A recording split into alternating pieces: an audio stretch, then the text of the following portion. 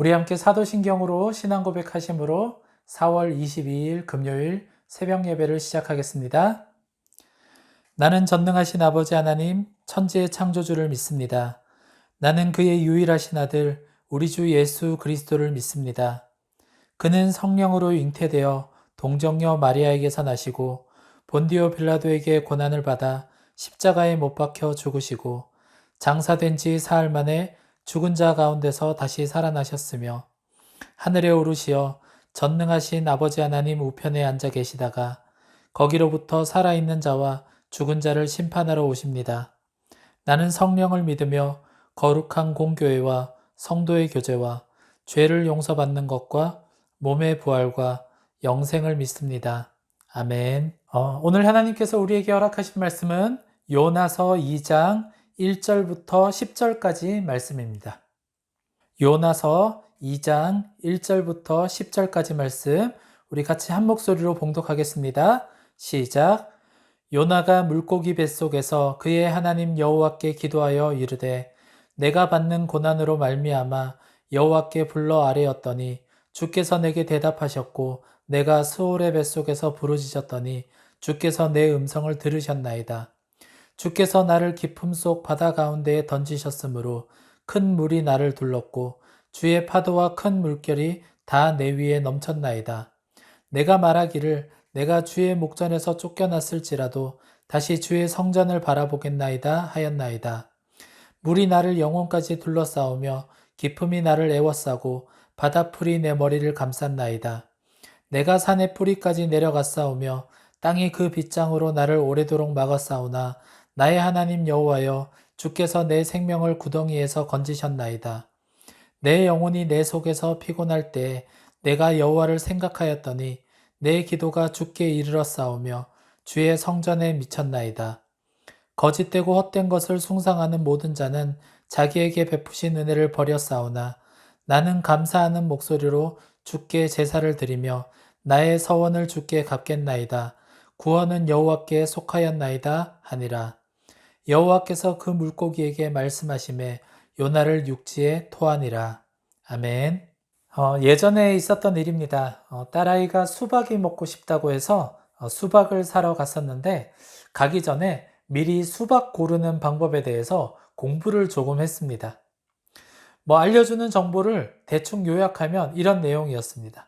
꼭지가 싱싱하고 검은 줄이 선명한 것, 수박을 두드렸을 때 꽉 찬 소리가 나는 것, 등 이런 걸 고르면 맛있는 것이라고 이제 하더라고요.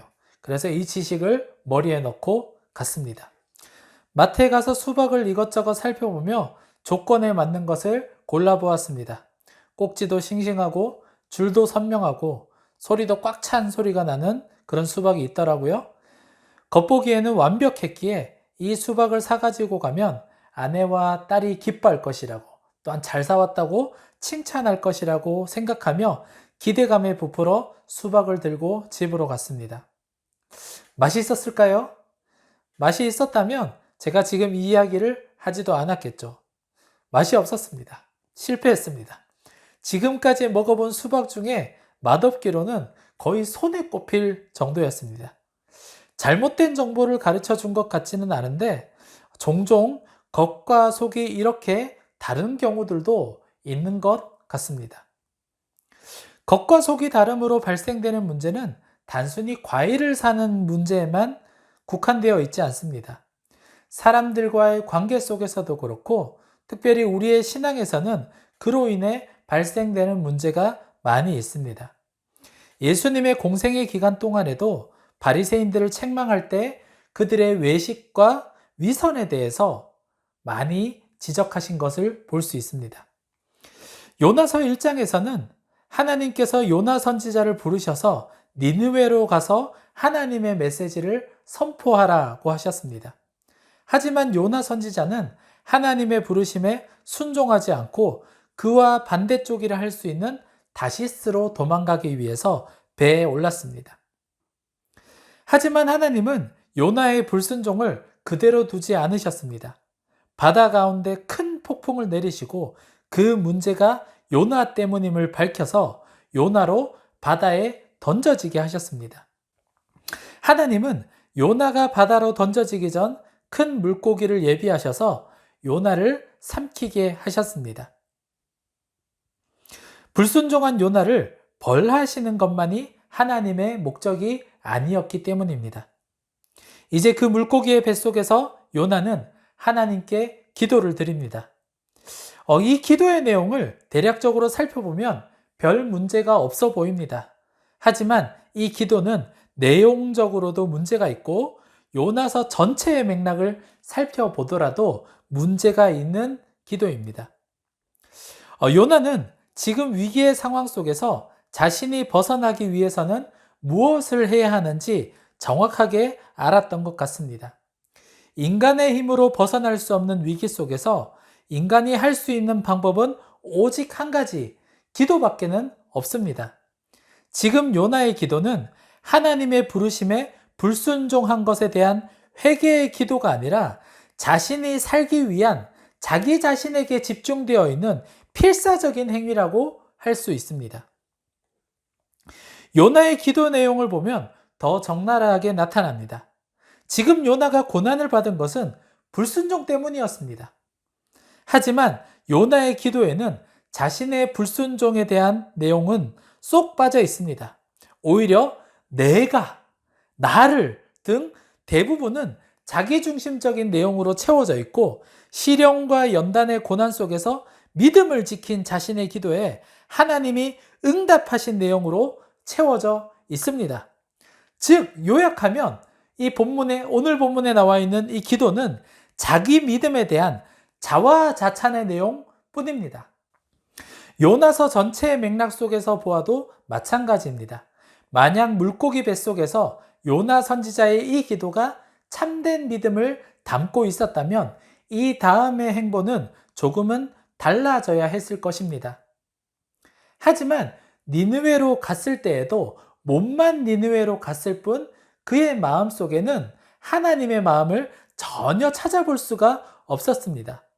요나서가 끝날 때까지 요나 선지자는 회개의 자세를 한 번도 취하지 않았습니다.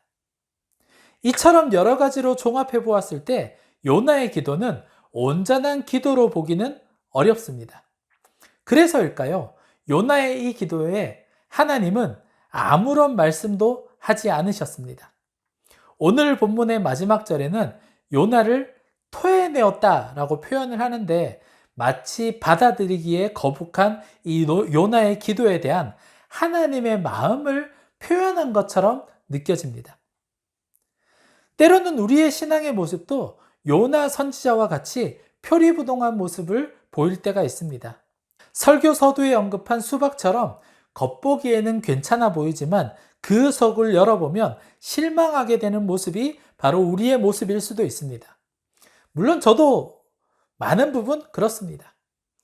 교회 안에서의 모습과 교회 밖에서의 모습이 다른 것은 너무나도 자연스러운 일이 되어버렸고 연차가 길어지면서 습관적으로 자리 잡게 된 신앙의 모습이 이 믿음과 별개의 모습으로 나타낼 때도 있습니다.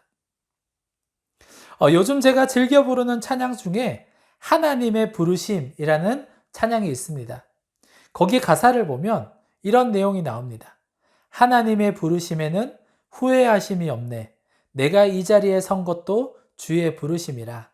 하나님의 부르심에는 결코 실수가 없네. 나를 부르신 하나님의 신실하심을 믿네. 라는 이런 내용이 있습니다.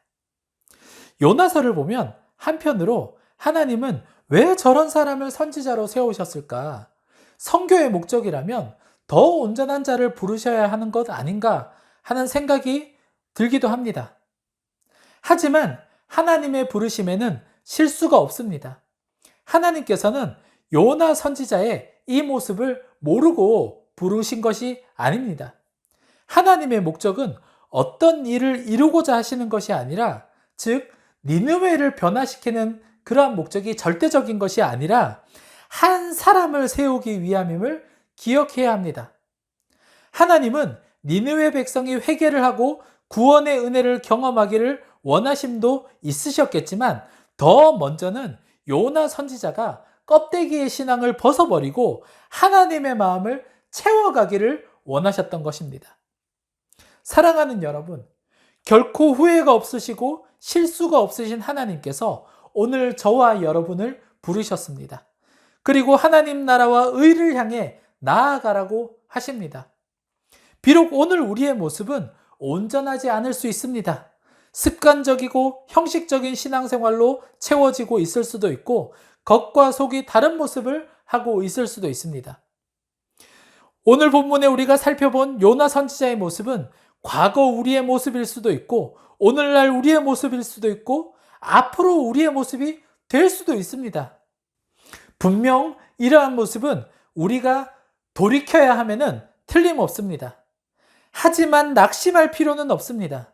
하나님은 그런 요나 선지자를 끝까지 붙드시고 하나님의 마음을 채우신 것과 같이 우리를 부르신 하나님께서 오늘도 우리 안에 하나님의 마음을 채우시기 위하여서 신실하심으로 동일하게 역사하고 계시기 때문입니다. 바라옵기는 하나님께서 허락하신 오늘 이 하루 형식적인 신앙을 벗어버리고 더 겸손하고 온전한 모습으로 하나님께 나아갈 수 있기를 소망합니다. 또한 하나님께서 채우고자 하시는 하나님 사랑과 이웃 사랑의 그 마음이 우리 안에 온전히 채워질 수 있기를 소망합니다. 그리하여 그 믿음의 일로 이 아침 예배하는 우리 모두가 하나님께서 세우신 그곳에서 하나님 나라를 세워가는 믿음의 사람들 될 수 있기를 주님의 이름으로 축복합니다. 기도하겠습니다. 은혜로우신 하나님, 오늘도 우리에게 새날을 허락하시고 이 아침 예배로 시작할 수 있게 하심에 감사와 찬양을 드립니다. 오늘은 요나서 2장의 말씀을 살펴보며 표리부동의 신앙에 대해서 또한 우리의 모습이 그럴지라도 끝까지 포기하지 않으시는 하나님에 대해 함께 묵상해 보았습니다. 사랑하는 주님, 혹여나 우리가 표리부동한 모습을 가지고 있다면 겸손하게 내려놓게 하시고 진정성 있는 신앙으로 성장하게 하여 주시옵소서. 주의 신실하신 부르심 앞에 겸손히 우리의 모습을 올려드려 하나님께서 이루고자 하시는 모든 일들이 우리를 부르신 그곳에서 우리를 통하여 온전히 나타내어질 수 있도록 우리를 사용하여 주시옵소서. 주님, 우리를 괴롭히고 있었던 코로나19의 상황이 이제 끝을 보이고 있습니다. 사회적으로 방역 지침이 하나씩 해소됨에 따라 우리 부대들도 그동안 움츠려 있었던 일들을 하나씩 시작하며 활기를 띠고 있습니다. 코로나의 상황은 2년이 넘는 시간 동안 우리를 괴롭히며 우리의 모든 것을 바꾸어 왔기에 다시 이전처럼 온전히 돌리기가 쉽지는 않겠지만 여단장님을 비롯한 참모들과 각 부대 대대장님 그리고 각 부대의 지휘관과 간부들은 밤낮으로 신경을 쓰며 수고하고 있습니다. 다시금 모든 일이 정상적으로 운영될 수 있도록 이 일을 감당하는 모든 이들의 건강을 지켜주시고 지혜를 더하여 주시옵소서. 그와 함께 우리 용사들도 주님께서 붙들어 주시기를 간절히 구합니다. 군복무로 인해 1년 반 정도의 시간을 보내야 하는 청년의 시기에 날마다 새로운 은혜를 허락하여 주셔서 매일 주어지는 하루 새롭게 경험하게 되는 모든 일들이 그들에게 귀한 재산이 되게 하시고 부대에서 만나는 모든 사람들과 좋은 관계를 유지하며 아름다운 추억을 쌓아가게 하여 주시옵소서. 우리 사자교회와 여호수아교회도 주의 손에 올려드립니다. 두 교회로 인해 함께 예배하는 모든 용사들에게 주님의 사랑과 은혜가 전달되게 하시고 날마다 풍성함으로 채워주셔서 섬기는 일에 부족함이 없게 하여 주시옵소서. 세우신 목회자들도 붙들어 주셔서 말씀 사역을 비롯한 모든 사역들이 잘 진행되게 하시고 우리의 군종병들도 주께서 붙들어 주셔서 감당하는 모든 일들이 그들에게 감사와 기쁨으로 채워지게 하여 주시옵소서. 오늘 이 하루 겸손하고 신실한 모습으로 주의 부르심에 합당한 모습으로 살아갈 수 있기를 소망합니다. 우리의 믿음을 붙들어 주시고 하루 동안 이어지는 모든 삶 속에서 성령님의 도우심을 받아 거룩한 삶으로 채워지게 하여 주시옵소서. 귀한 아침, 귀한 은혜를 허락하신 주님께 감사와 찬양을 드리며 모든 말씀 예수님의 이름으로 기도드렸습니다. 아멘. 가지고 나오신 기도의 제목 겸손하게 주의 손에 올려드리며 자유롭게 기도하시다가 돌아가겠습니다.